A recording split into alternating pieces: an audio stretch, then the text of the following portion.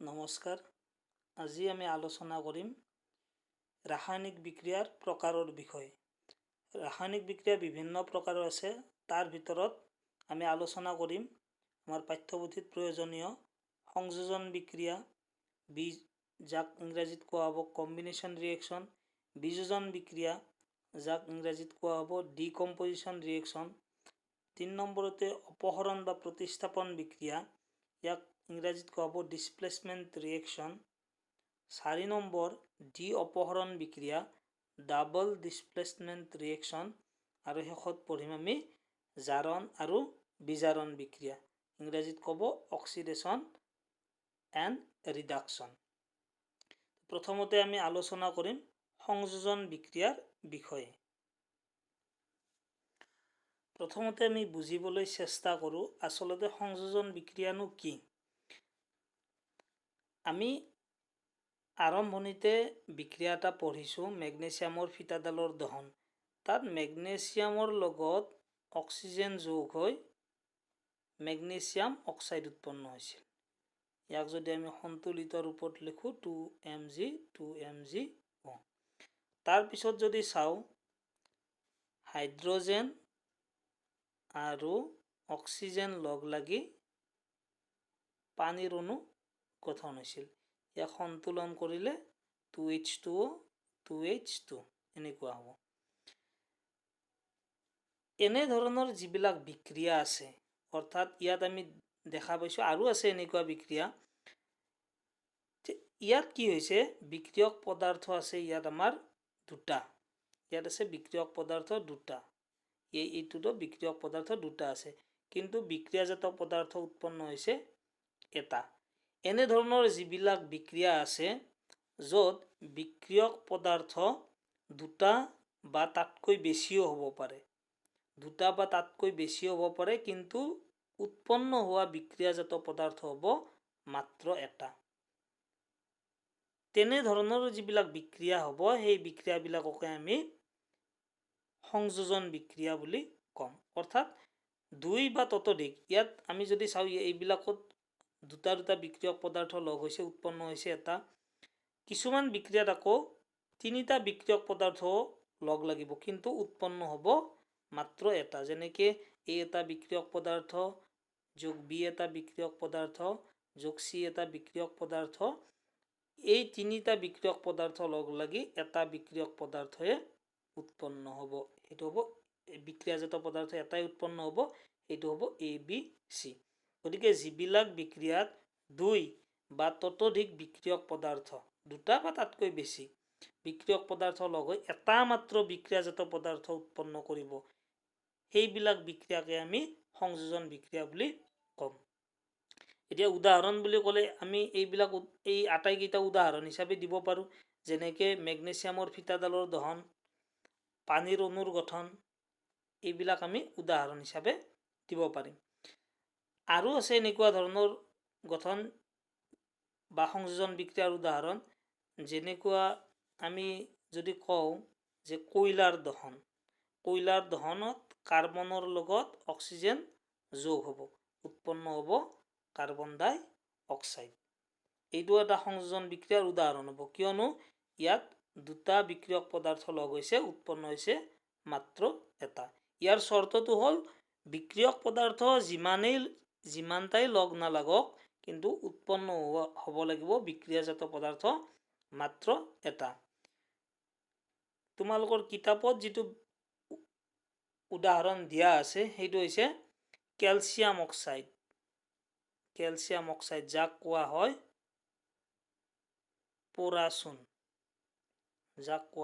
পৰাচুন, calcium অক্সাইডৰ লগত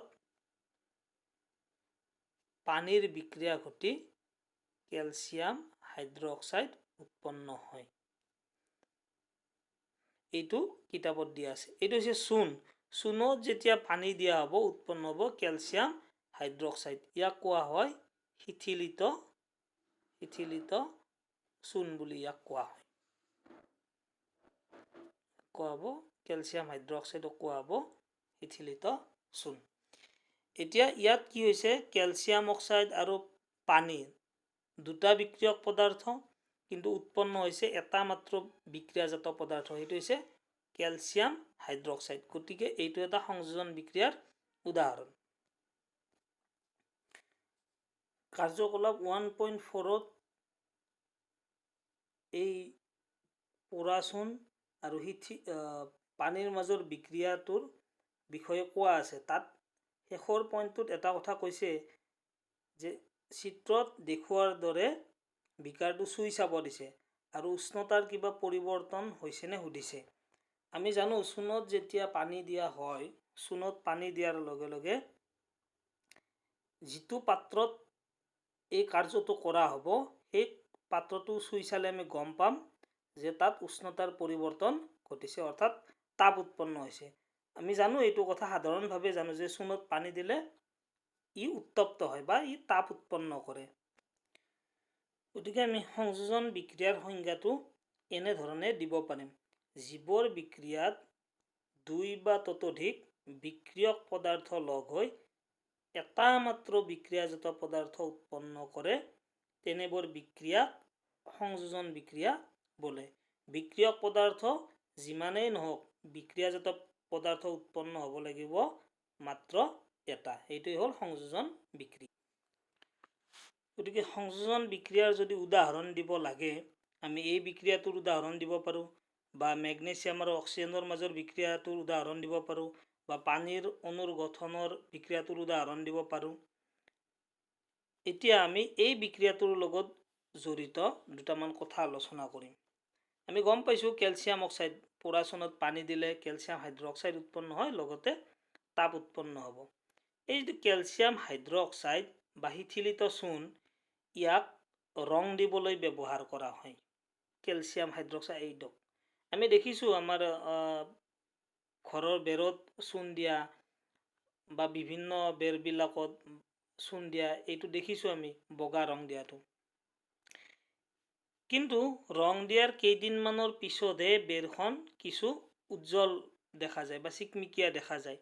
ইয়াৰ কাৰণটো হৈছে বেৰত যেতিয়া এই কেলছিয়াম হাইড্ৰক্সাইড বা শিথিলিত চূণ সনা হ'ব, ই লাহে লাহে বায়ুমণ্ডলত থকা কাৰ্বন ডাই অক্সাইডৰ লগত বিক্ৰিয়া কৰিব।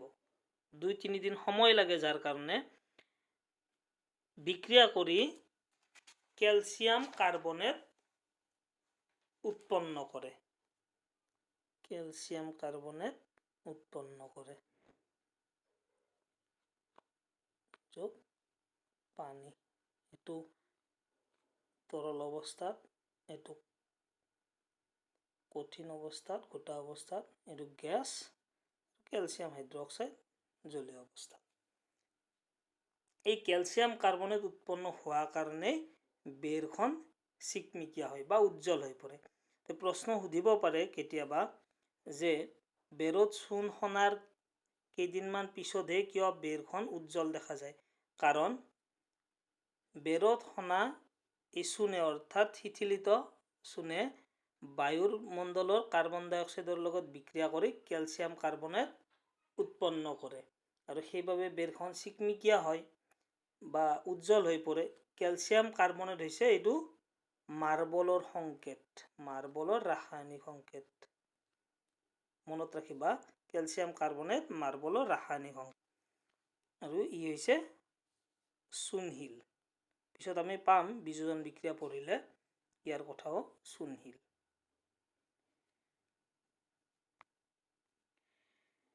এতিয়া কেইটামান বিক্ৰিয়া চাওঁ আমি, যেনেকৈ মেগনেছিয়ামৰ ফিটাডালৰ দহন ঘটোতে মেগনেছিয়াম অক্সাইড উৎপন্ন হৈছিল, কয়লাৰ দহন কৰোঁতে কাৰ্বন ডাই অক্সাইড উৎপন্ন হ'ল,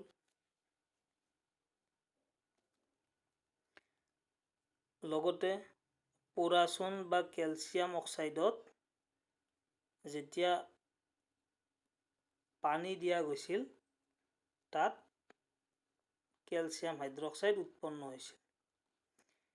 ইয়াতো আমি গম পালোঁ যে বিকাৰটো যদি আমি চুই চাওঁ, তেতিয়া ইয়াত তপত অনুভৱ হয়। কয়লাৰ দহন কৰিলেও জানো আমি তাপ উৎপন্ন হয়। মেগনেছিয়ামৰ ফিটাডাল দহন কৰোঁতেও তাত তাপ উৎপন্ন হৈছে। এইবিলাক হৈছে সংযোজন বিক্ৰিয়াৰ উদাহৰণ, কিন্তু লগতে আমি কি পাইছোঁ যে এইবিলাক বিক্ৰিয়াত তাপ উৎপন্ন হৈছে, শক্তি উৎপন্ন হৈছে, আৰু এই শক্তি উৎপন্ন হোৱাৰ কাৰণে বা তাপ উৎপন্ন হোৱাৰ কাৰণে এই বিক্ৰিয়াবিলাকক তাপবৰ্জী বিক্ৰিয়া বুলিও কোৱা হয়।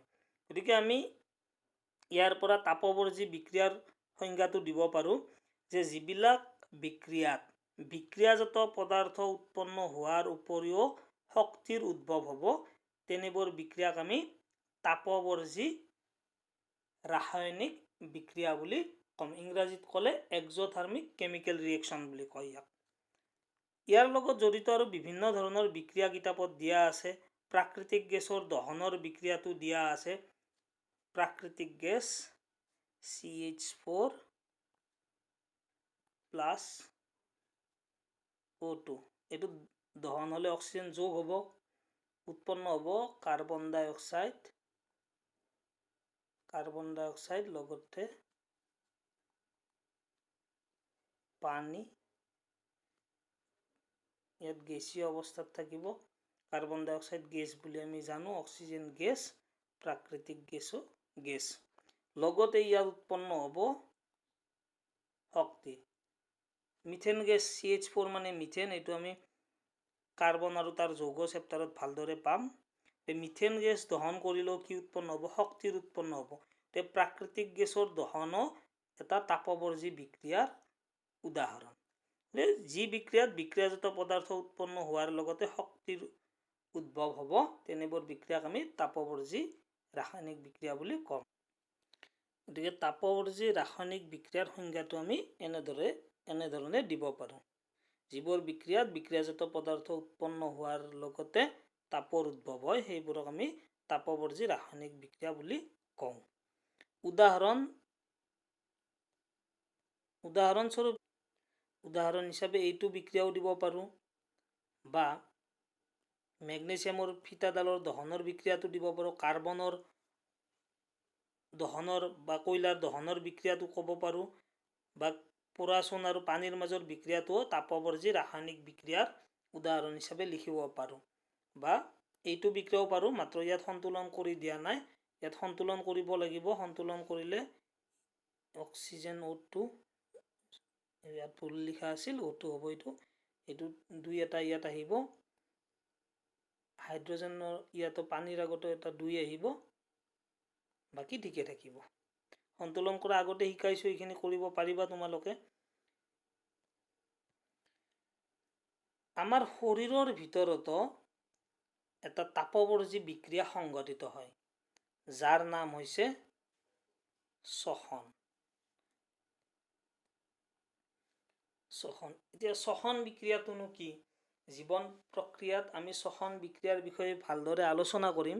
এতিয়া সংক্ষেপতে কৈ থৈ দিওঁ, তোমালোকে জানা যে আমাৰ শৰীৰত বিভিন্ন ধৰণৰ প্ৰক্ৰিয়াবিলাক সংঘটিত হ'বলৈ শক্তিৰ প্ৰয়োজন, আৰু এই শক্তি উৎপন্ন হোৱা বিক্ৰিয়াটোৰ নামেই হৈছে শ্বসন। কেনেদৰে শক্তি উৎপন্ন হয়? আমি শক্তি ক'ৰ পৰা পাওঁ? আমি যিবিলাক খাদ্যবস্তু খাম সেই খাদ্যবস্তুবিলাকত বিভিন্ন ধৰণৰ উপাদান থাকে। কাৰ্বহাইড্ৰেট থাকিব, প্ৰটিন থাকিব, স্নেহ পদাৰ্থ থাকে, এই বিভিন্ন ধৰণৰ উপাদানবিলাক থাকে। প্ৰতিটো উপাদানৰে কাৰ্য বেলেগ বেলেগ। ইয়াৰে ভিতৰত কাৰ্বহাইড্ৰেট বা শৰ্কৰা, এই কাৰ্বহাইড্ৰেট বা শৰ্কৰা উপাদানটোৰ পৰা আমি শক্তি পাওঁ। আমাৰ হজম প্ৰক্ৰিয়াত এই খাদ্যৰ জটিল উপাদানবিলাক সৰল পদাৰ্থলৈ ভাঙি যায়। ঠিক তেনেদৰে আমি যেতিয়া আলু খাওঁ বা চাউল, চিৰা, এইবিলাকত যিবিলাক মিঠাজাতীয় পদাৰ্থ আছে এই সকলোবিলাকত কাৰ্বহাইড্ৰেট থাকে। হজম প্ৰক্ৰিয়াত কি হয়? এই কাৰ্বহাইড্ৰেট গ্লুক'জলৈ ভাঙি যায়, যাৰ ফৰ্মুলা, ৰাসায়নিক যিটো সংকেত, ফৰ্মুলাটো হ'ব C6H12O6, এইটো হ'ল গ্লুক'জৰ সংকেত। এই কাৰ্বহাইড্ৰেট হজম প্ৰক্ৰিয়াত গ্লুক'জলৈ ভাঙি যাব। এই গ্লুক'জৰ লগত অক্সিজেন যোগ হৈ লগতে পানী থাকিব, সন্তুলন কৰি দিয়া নাই, কিতাপত সন্তুলিত কৰি দিয়া আছে, বিক্ৰিয়াটো চাই ল'বা। এই গ্লুক'জৰ লগত অক্সিজেন যোগ হৈ আমাৰ শৰীৰত শক্তি উৎপন্ন হয়। আৰু আমি অলপ আগতে পালোঁ যিবিলাক বিক্ৰিয়াত শক্তিৰ উদ্ভৱ হ'ব সেইবিলাকক আমি তাপবৰ্জী ৰাসায়নিক বিক্ৰিয়া বুলি ক'ম। গতিকে যিহেতু শ্বসনত শক্তিৰ উদ্ভৱ হ'ল, শ্বসনকো সেইকাৰণে এটা তাপবৰ্জী বিক্ৰিয়া বুলি কোৱা হয়। প্ৰশ্ন সুধিব পাৰে, কিতাপত প্ৰশ্নটো আছেও, যে শ্বসনক কিয় এটা তাপবৰ্জী বিক্ৰিয়া বুলি কোৱা হয়, ব্যাখ্যা কৰা। শ্বসনক এটা তাপবৰ্জী বিক্ৰিয়া বুলি কিয় বিবেচনা কৰা হৈছে, সেই প্ৰশ্নটোৰ উত্তৰটো হ'ব এনেকুৱা। খাদ্যৰ হজম প্ৰক্ৰিয়াত আমি খোৱা খাদ্যবস্তুত থকা কাৰ্বহাইড্ৰেট গ্লুক'জলৈ ভাঙি যায়। এই গ্লুক'জ আমাৰ দেহৰ কোষত অক্সিজেনৰ সৈতে লগ হয় আৰু শক্তিৰ যোগান ধৰে। এই বিক্ৰিয়াৰ বিশেষ নামটোৱেই হ'ল শ্বসন। শক্তিৰ উদ্ভৱ হোৱা বাবে শ্বসনক এটা তাপবৰ্জী বিক্ৰিয়া বোলে। ইয়াৰ উপৰিও অন্যান্য কিছুমান তাপবৰ্জী বিক্ৰিয়াৰ উদাহৰণ আছে। প্ৰশ্নত সুধিব পাৰে যে বনস্পতিজাত দ্ৰব্যৰ পচন সাৰলৈ হোৱা পৰিৱৰ্তনটো কি প্ৰকাৰৰ বিক্ৰিয়া, সেইটো এটা তাপবৰ্জী বিক্ৰিয়া হ'ব। ইয়াৰ পিছত আমি আলোচনা কৰিম বিযোজন বিক্ৰিয়াৰ বিষয়ে। বিযোজন বিক্ৰিয়া সংযোজন বিক্ৰিয়াৰ সম্পূৰ্ণ বিপৰীত। সংযোজন শব্দটোৰ অৰ্থই হৈছে লগ লগা, য'ত দুটা বা তাতকৈ বেছি বিক্ৰিয়ক পদাৰ্থ লগ হৈ উৎপন্ন হৈছিল এটা মাত্ৰ বিক্ৰিয়াজাত পদাৰ্থ। বিযোজন বিক্ৰিয়াৰ অৰ্থ হৈছে ভাঙি যোৱা, অৰ্থাৎ ইয়াত কি হ'ব, সংযোজনৰ বিপৰীতে ইয়াত এটা মাত্ৰ বিক্ৰিয়ক পদাৰ্থ ভাঙি গৈ একাধিক সৰল বিক্ৰিয়াজাত পদাৰ্থ কিছুমান উৎপন্ন হ'ব। সংযোজন বিক্ৰিয়াত একাধিক লগ লাগি এটাই মাত্ৰ উৎপন্ন হৈছিল। বিযোজন বিক্ৰিয়াত এটা বিক্ৰিয়ক পদাৰ্থ ভাঙি গৈ একাধিক সৰল বিক্ৰিয়াজাত পদাৰ্থ উৎপন্ন হ'ব। আমি ধৰি ল'লোঁ ABC এইটো এটা বিক্ৰিয়ক পদাৰ্থ। যেতিয়া ই ভাঙি যাব তেতিয়া একাধিক সৰল বিক্ৰিয়াজাত পদাৰ্থ উৎপন্ন কৰিব। এইকেইটা হ'ব ABC। এতিয়া আমি ইয়াৰ লগত জড়িত উদাহৰণো চাম। প্ৰথম কথা হ'ল, যদি বিযোজন সংঘটিত কৰিব লাগে ইয়াত শক্তিৰ প্ৰয়োজন হ'ব। এই শক্তি হয়তো তাপ শক্তি হ'ব পাৰে, বা পোহৰ হ'ব পাৰে, নতুবা বিদ্যুৎ শক্তিও হ'ব পাৰে।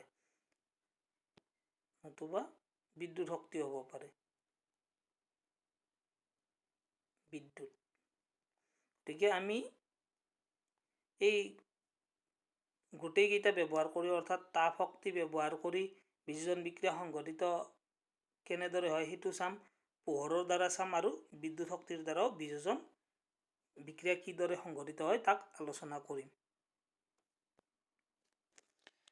প্ৰথমতে আমি আলোচনা কৰিম ফেৰাছ ছালফেটৰ বিযোজনৰ বিষয়ে। Ferrous sulphate FeSO4। ফেৰাছ ছালফেটৰ বৰণ হৈছে সেউজীয়া। ইয়াৰ বৰণ সেউজীয়া। এইটো ৰঙৰ ফেৰাছ ছালফেট। ইয়াৰ বৰণটো, ফেৰাছ ছালফেটৰ দানাৰ বৰণটো সেউজীয়া। ফেৰাছ ছালফেটৰ যিটো দানা, এই দানা আকাৰ ফেৰাছ ছালফেটত পানীৰ অণু থাকে 7টা। যেতিয়া ইয়াক উত্তপ্ত কৰা হ'ব, ফেৰাছ ছালফেটক উত্তপ্ত কৰা হ'ব, এইটো ডেল্টা চিন, এইটোৱে বুজায় যে ফেৰাছ ছালফেটক উত্তপ্ত কৰা হৈছে। যেতিয়া ইয়াক উত্তোলন নলীত লৈ উত্তপ্ত কৰা হ'ব, তেতিয়া প্ৰথমতে এই ফেৰাছ ছালফেটৰ পৰা পানীৰ অণু ওলাই যাব। অৰ্থাৎ আমি সেই উত্তোলন নলীটোত পানীৰ ভাৱ দেখিবলৈ পাম, জলীয় বাষ্প দেখিবলৈ পাম। ইয়াৰ অৰ্থ, তাপ দিয়াৰ লগে লগে ফেৰাছ ছালফেটৰ দানাত থকা পানীৰ অণু ভাৱ হৈ ওলাই গৈছে। আৰু এই পানীৰ অণু ওলাই যোৱাৰ পিছত ফেৰাছ ছালফেটৰ বৰণ হৈ পৰিব বগা। পানীৰ অণু ওলাই যোৱাৰ পিছত আকৌ যেতিয়া এই ফেৰাছ ছালফেটক উত্তপ্ত কৰি থকা হ'ব তেতিয়া ফেৰিক অক্সাইড গঠন হ'ব Fe2O3 আৰু লগতে গঠন হ'ব সালফাৰ ডাই অক্সাইড গেছ আৰু সালফাৰ ট্ৰাই অক্সাইড গেছ এটো গোটা অৱস্থাত থাকিব আনহাতে ফেৰাছ ছালফেটো গোটা অৱস্থাত থাকিব উত্তোলন নলীটোত যদি সাৱধানে গোন্ধ লোৱা যায় তেতিয়া আমি পোৰা গন্ধকৰ গোন্ধ পাম এইটো হৈছে ফেৰাছ ছালফেটৰ বিযোজন বিক্ৰিয়া ফেৰাছ ছালফেট ইয়াত এটাই মাত্ৰ বিক্ৰিয়ক পদাৰ্থ কিন্তু ইয়াত উৎপন্ন হৈছে তিনিটা বিক্ৰিয়াজাত পদাৰ্থ ইয়াত যদি এইটো সন্তুলিত হৈ নাই যদি আমি সন্তুলন কৰিলে ইয়াত টু এটা দিব লাগিব এতিয়া এইটো সন্তুলিত বিক্ৰিয়া এই ফেৰাছ ছালফেটৰ বিযোজন ঘটাওতে আমি কি পালো ফেৰিক অক্সাইড উৎপন্ন হ'ল সালফাৰ ডাই অক্সাইড উৎপন্ন হ'ল সালফাৰ ট্ৰাই অক্সাইড উৎপন্ন হ'ল এইটো এটা বিযোজন বিক্ৰিয়াৰ উদাহৰণ আৰু ইয়াৰ বৰণ ফেৰাছ ছালফেটৰ বৰণ সেউজীয়াৰ পৰা শেষত ফেৰিক অক্সাইড উৎপন্ন হোৱাৰ পিছত ডাঠ মুগা ৰঙৰ হৈ পৰিব ইয়াৰ ৰং মুগা বৰণ হৈ পৰিব যিখিনি পদাৰ্থ টেষ্ট টিউবটোত বা উত্তোলন পৰীক্ষণ নলীটোত থাকিব এইটো আছিল ফেৰাছ ছালফেটৰ সেউজীয়া বৰণ তাৰ পিছত ইয়াৰ বৰণটো উত্তপ্ত কৰাৰ পিছত ইয়াৰ বৰণটো মুগা বৰণ হৈ পৰিল ফেৰাছ ছালফেটৰ বিযোজন ঘটালে ফেৰিক অক্সাইড সালফাৰ ডাই অক্সাইড আৰু লগতে সালফাৰ ট্ৰাই অক্সাইড উৎপন্ন হয় ইয়াত আমি ফেৰাছ ছালফেটৰ বিযোজন প্ৰক্ৰিয়াটো সংঘটিত কৰিছো তাপ ব্যৱহাৰ কৰি গতিকে যিবিলাক বিযোজন বিক্ৰিয়া তাপ ব্যৱহাৰ কৰি সংঘটিত কৰা হ'ব তেনে ধৰণৰ বিক্ৰিয়াবিলাকক তাপীয় বিযোজন বিক্ৰিয়া বুলি কোৱা হয় তাপ ব্যৱহাৰ কৰি বিযোজন বিক্ৰিয়া সংঘটিত কৰিলে তাক কোৱা হ'ব তাপীয় বিযোজন বিক্ৰিয়া গতিকে ফেৰাছ ছালফেটৰ বিযোজন তাপীয় বিযোজন বিক্ৰিয়াৰ উদাহৰণ অন্য এটা তাপীয় বিযোজন বিক্ৰিয়া যদি আমি আলোচনা কৰো ক্যালসিয়াম কাৰ্বনেট ইয়াক চূণশিল বুলি কোৱা হয় ক্যালসিয়াম কাৰ্বনেটক যেতিয়া তাপ দিয়া হয় তেতিয়া ই ক্যালসিয়াম অক্সাইড আৰু কাৰ্বন ডাই অক্সাইড গেছলৈ বিযোজিত হয় ভাঙি যায় ক্যালসিয়াম কাৰ্বনেটক চূণশিল বুলিও চূণশিল ক্যালসিয়াম অক্সাইড আমি আগতে পাইছো ইয়াক পোৰাচুন বুলি কোৱা হয় এইটো হ'ল পোৰাচুন এইটো এটা তাপীয় বিযোজন বিক্ৰিয়াৰ উদাহৰণ আৰু কেতিয়াবা এই বিক্ৰিয়াটো সন্তুলিত ৰাসায়নিক সমীকৰণতো সোধে যে এনেকৈ সুধিব যে কি ঘটে যেতিয়া চূণশিল তপতোৱা হয় যে চূণশিল তপতালে অৰ্থাৎ ক্যালসিয়াম কাৰ্বনেট তপতালে পোৰাচুন ক্যালসিয়াম অক্সাইড আৰু কাৰ্বন ডাই অক্সাইড গেছ উৎপন্ন হয় এই যিটো বিক্ৰিয়া এই বিক্ৰিয়াটো বিভিন্ন শিল্প উদ্যোগত বহুলভাৱে ব্যৱহাৰ কৰা হয় কিয়নো ক্যালসিয়াম কাৰ্বনেট বা চূণশিল তপতালে উৎপন্ন হোৱা পোৰাচুনক সিমেন্ট আৰু কাঁচ উৎপাদনত বিভিন্ন উদ্যোগত ব্যৱহাৰ কৰা হয় গতিকে পৰীক্ষাত যদি প্ৰশ্ন সোধে যে শিল্প উদ্যোগত ব্যৱহাৰ হোৱা এটা বিক্ৰিয়াৰ উদাহৰণ দিয়া এই বিক্ৰিয়াটোৰ উদাহৰণ লিখিব লাগিব এই বিক্ৰিয়াটো বিভিন্ন উদ্যোগবিলাকত বিশেষকৈ সিমেন্ট আৰু কাঁচ উদ্যোগত ইয়াক সিমেন্ট আৰু কাঁচ উৎপাদনত এই বিক্ৰিয়াটোৰ এই ক্যালসিয়াম অক্সাইডটোক ব্যৱহাৰ কৰা হয় এই শিল্প উদ্যোগত ব্যৱহৃত বিক্ৰিয়াৰ উদাহৰণ দিব দিলে এইটো লিখিব লাগিব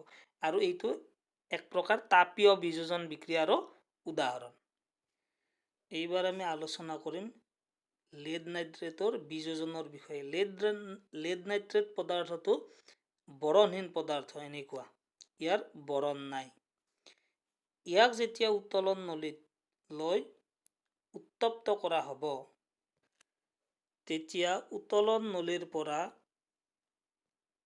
নাইট্ৰজেন ডাই অক্সাইডৰ মুগা বৰণীয়া ধোঁৱা নিৰ্গত হয় আৰু লগতে লেড অক্সাইড উৎপন্ন হয় আৰু অক্সিজেন গেছ উৎপন্ন হয়। এই উৎপন্ন হোৱা লেড অক্সাইডৰ বৰণ হালধীয়া। গতিকে আমি পালোঁ যে লেড নাইট এইটো সন্তুলিত কৰা হোৱা নাই। যদি আমি সন্তুলিত কৰোঁ, সন্তুলিত কৰিলে ইয়াত 2 হ'ব, ইয়াত 2, 4 আৰু অক্সিজেন গেছ। এতিয়া এই বিক্ৰিয়াটো সন্তুলিত কৰা আছে। গতিকে আমি পালোঁ যে যদি লেড নাইট্ৰেটক উত্তোলন নলীত লৈ তপতোৱা হয়, তাৰ পৰা নাইট্ৰজেন ডাইঅক্সাইডৰ মুগা বৰণীয়া ধোঁৱা নিৰ্গত হ'ব আৰু অক্সিজেন আৰু লগতে লেড অক্সাইড উৎপন্ন হ'ব, লেড মন'অক্সাইড উৎপন্ন হ'ব আৰু এই লেড মন'অক্সাইডৰ বৰণ হ'ব হালধীয়া। এইটো হৈছে লেড নাইট্ৰেটৰ বিযোজন বিক্ৰিয়া। এইটো এটা বিযোজন বিক্ৰিয়া কাৰণ ইয়াত বিক্ৰিয়ক পদাৰ্থ আছে মাত্ৰ এটা, কিন্তু বিক্ৰিয়াজাত পদাৰ্থ উৎপন্ন হৈছে 3টা। গতিকে ই এটা বিযোজন বিক্ৰিয়াৰ উদাহৰণ আৰু লগতে তাপ ব্যৱহাৰ কৰি এই বিযোজন বিক্ৰিয়া সংঘটিত কৰা হৈছে। গতিকে ই এটা তাপীয় বিযোজন বিক্ৰিয়াৰ উদাহৰণ। কিতাপত দিয়া যদি অন্য এটা আমি বিযোজন বিক্ৰিয়া আলোচনা কৰোঁ, এইটো হ'ল পানীৰ বিদ্যুৎ বিশ্লেষণ বিক্ৰিয়া। এতিয়া এই কাৰ্যকলাপটোত কিতাপত সুন্দৰকৈ বৰ্ণনা কৰা আছে। আমি গোটেইখিনি কথা এইটো ভিডিঅ'ত আলোচনা নকৰোঁ, পিছত পানীৰ বিদ্যুৎ বিশ্লেষণৰ বিষয়ে এটা ভিডিঅ' বনাম। ইয়াতে কি কৰিছে, দুডাল গ্ৰেফাইটৰ দণ্ড লোৱা আছে। এইটো এটা প্লাষ্টিকৰ মগ, ইয়াত পানী লোৱা আছে। প্লাষ্টিকৰ মগটোৰ তলত ইয়াত দুটা বিন্ধা কৰা আছে আৰু ইয়াত গ্ৰেফাইটৰ দুডাল দণ্ড লোৱা আছে আৰু এই দণ্ড দুডালৰ ওপৰত এই দুটা পৰীক্ষা নল লোৱা হৈছে আৰু এই গ্ৰেফাইটৰ দণ্ড দুডালক এটা 6 ভোল্ট বেটাৰীৰ লগত সংযোগ কৰা হৈছে।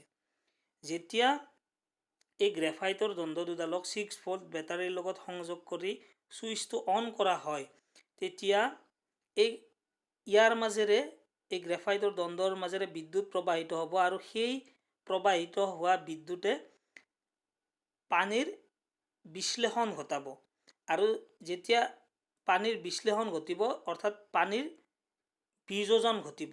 পানীৰ বিযোজন ঘটিলে কি উৎপন্ন হ'ব এইটো আমি বিক্ৰিয়া এটাত চাই লওঁ।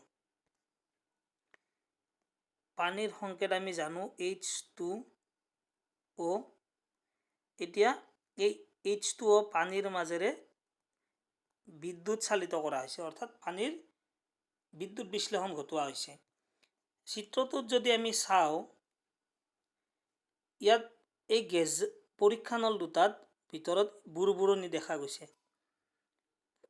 পৰীক্ষা নল দুটাৰ ভিতৰত বুৰবুৰণি দেখা গৈছে ইয়াত, অৰ্থাৎ এই বুৰবুৰণিবিলাকে হৈছে গেছ। আমি যদি চাওঁ পৰীক্ষা নল দুটাত, এটা পৰীক্ষা নলত আনটোৰ এইটো পৰীক্ষা নলতকে এইটো পৰীক্ষা নলত গেছৰ পৰিমাণ দুগুণ, ইয়াতকে বেছি আছে আৰু এই দুগুণ পৰিমাণ এইটো পৰীক্ষা নলতকে এইটো পৰীক্ষা নলত জমা হোৱা গেছৰ পৰিমাণটো দুগুণ। এতিয়া কিয় দুগুণ হ'ল আৰু এই গেছটো কি আমি তাৰ নামটো চাম। প্ৰথমতে আমি বিযোজন বিক্ৰিয়াটো চাই লওঁ পানীৰ। পানীৰ বিদ্যুৎ বিশ্লেষণ ঘটাওঁতে গেছজাৰ দুটাত ক্ৰমে হাইড্ৰজেন আৰু অক্সিজেন গেছ উৎপন্ন হৈছে। এতিয়া যে হাইড্ৰজেন আৰু অক্সিজেন গেছ উৎপন্ন হৈছে বা কোনটো পৰীক্ষা নলত কি গেছ উৎপন্ন হৈছে এইটো যদি আমি পৰীক্ষা কৰিব চেষ্টা কৰোঁ, আমি যদি এই পৰীক্ষা নল দুটা ইয়াৰ পৰা উলিয়াই আনি এইটো পৰীক্ষা নল উলিয়াই আনিলোঁ, আনি যদি জ্বলি থকা মমবাতি বা দিয়াচলাৰ কাঠি এডাল ইয়াৰ ভিতৰত সোমোৱাই দিওঁ, ইয়াতে এটা শব্দ কৰি জ্বলি উঠিব এইটো পৰীক্ষা নলৰ গেছত। ইয়াতে শব্দ কৰি জ্বলি উঠিব, ফট ফট যেনেকুৱা শব্দ কৰে নহয় তেনেকুৱা শব্দ কৰি জ্বলি উঠিব। আৰু ইয়াত এইটো পৰীক্ষা নলৰ গেছখিনিত যেতিয়া আমি এডাল জ্বলি থকা দিয়াচলাৰ কাঠি বা মমবাতি এডাল আনো, ই বেছি উজ্জ্বল শিখাৰে জ্বলি উঠিব। অৰ্থাৎ এইটোৱে প্ৰমাণ কৰিছে ইয়াত আছে অক্সিজেন গেছ, আৰু শব্দ কৰি যিটো জ্বলি উঠিছে সেইটোৱে প্ৰমাণ কৰিছে এই গেছ জাৰটোত উৎপন্ন হোৱা গেছটো হাইড্ৰজেন গেছ। আৰু এইটো গেছ জাৰতকৈ দুগুণ পৰিমাণৰ গেছ উৎপন্ন হৈছে। অৰ্থাৎ কোনটো গেছ এতিয়া দুগুণ পৰিমাণে উৎপন্ন হ'ল? হাইড্ৰজেন গেছ দুগুণ পৰিমাণে উৎপন্ন হ'ল। এতিয়া যদি বিক্ৰিয়াটো আমি সন্তুলিত কৰোঁ, ইয়াত অক্সিজেন এটা আছে, এইফালে 2 দিব লাগিব,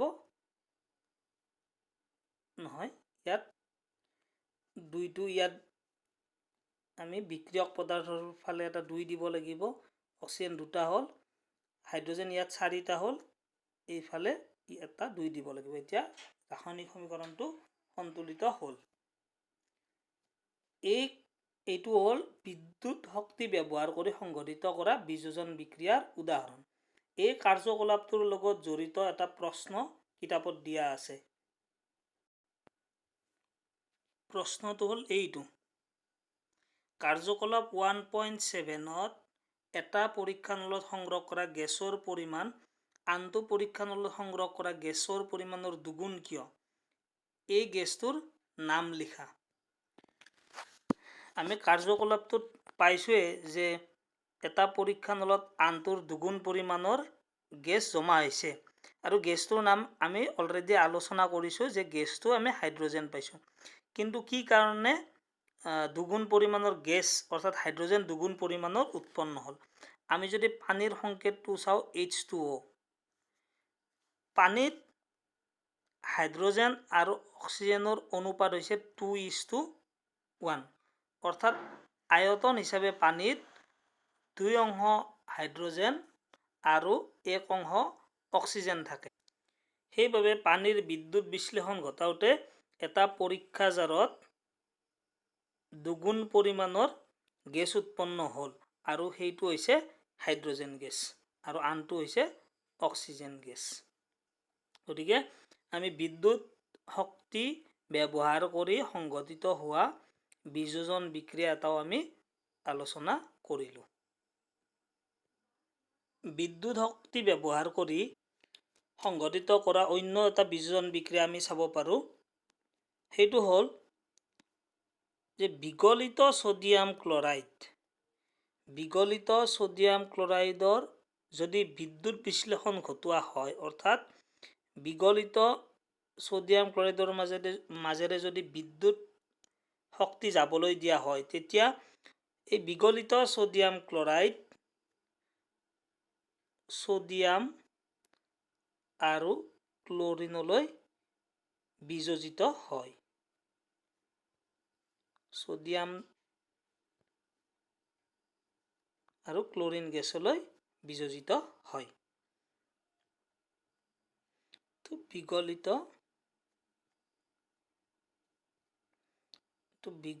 ছ'ডিয়াম ক্লৰাইড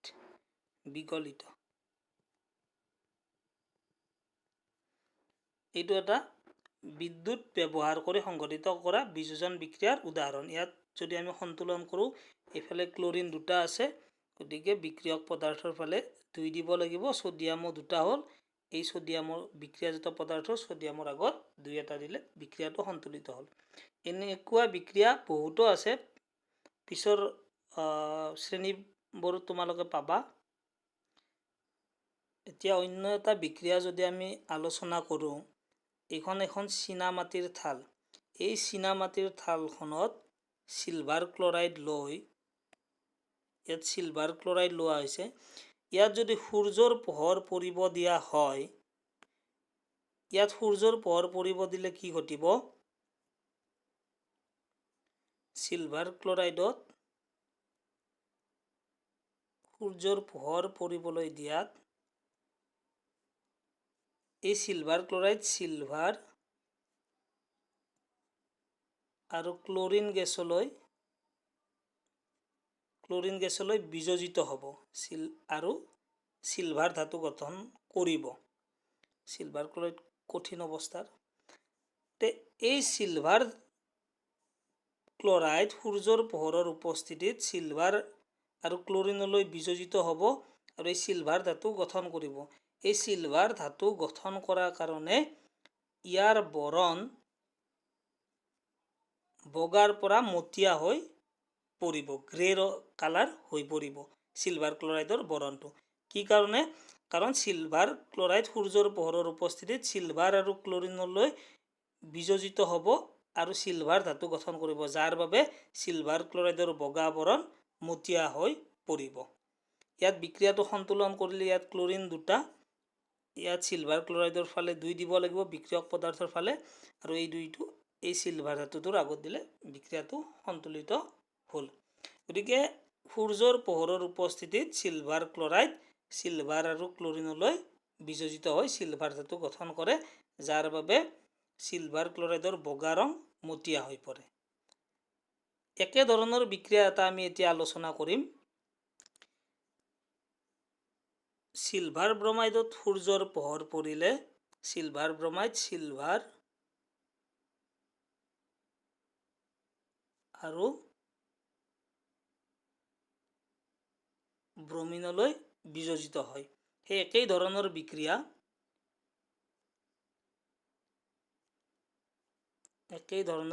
ইয়াতো যদি সন্তুলন কৰি ইয়াত 2 দিব লাগিব, ইয়াতো 2 দিব লাগিব। এই সিলভাৰ ব্ৰমাইডত সূৰ্যৰ পোহৰ পৰিলে সিলভাৰ ব্ৰমাইড সিলভাৰ আৰু ব্ৰমিনলৈ বিযোজিত হয়। এই বিক্ৰিয়াটো কলা বগা ফটোগ্ৰাফিত ব্যৱহাৰ কৰা হয়। আমি এতিয়ালৈ যিমানবিলাক বিযোজন বিক্ৰিয়া আলোচনা কৰিলোঁ, এই তাপীয় বিযোজনে হওক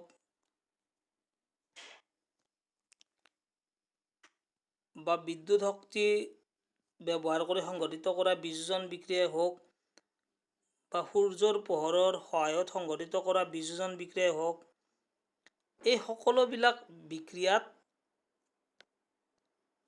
শক্তি শোষিত হৈছে। সেইবাবে এই ধৰণৰ বিক্ৰিয়াবিলাকক তাপগ্ৰাহী বিক্ৰিয়া বুলি কোৱা হয়। ইংৰাজীত কোৱা হ'ব এণ্ডোথাৰ্মিক।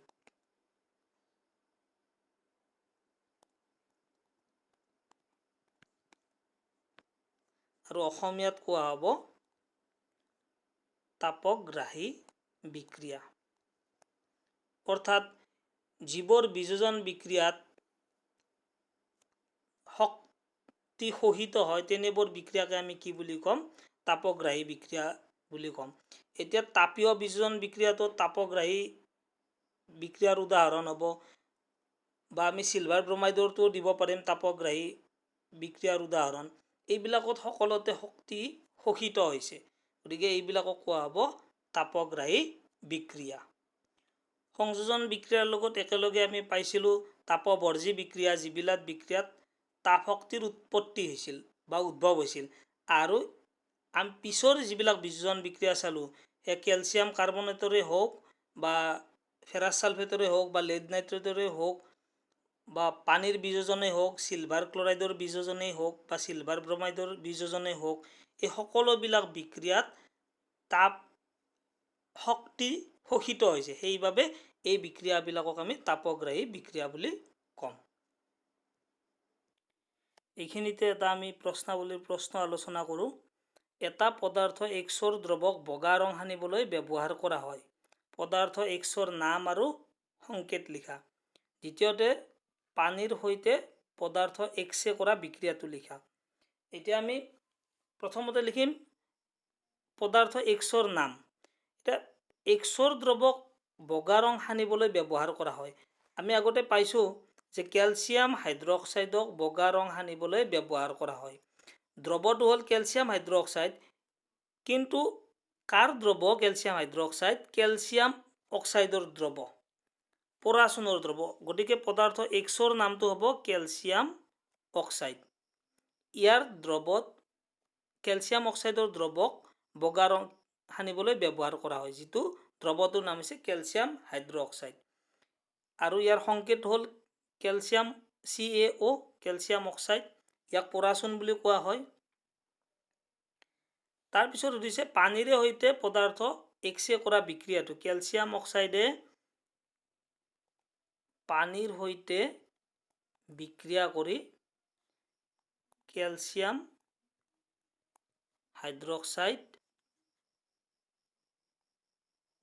উৎপন্ন কৰে। গতিকে কেলছিয়াম হাইড্ৰক্সাইডকে বগা ৰং সানিবলৈ ব্যৱহাৰ কৰা হয়। ই হৈছে কেলছিয়াম অক্সাইডৰ দ্ৰৱ। ধন্যবাদ।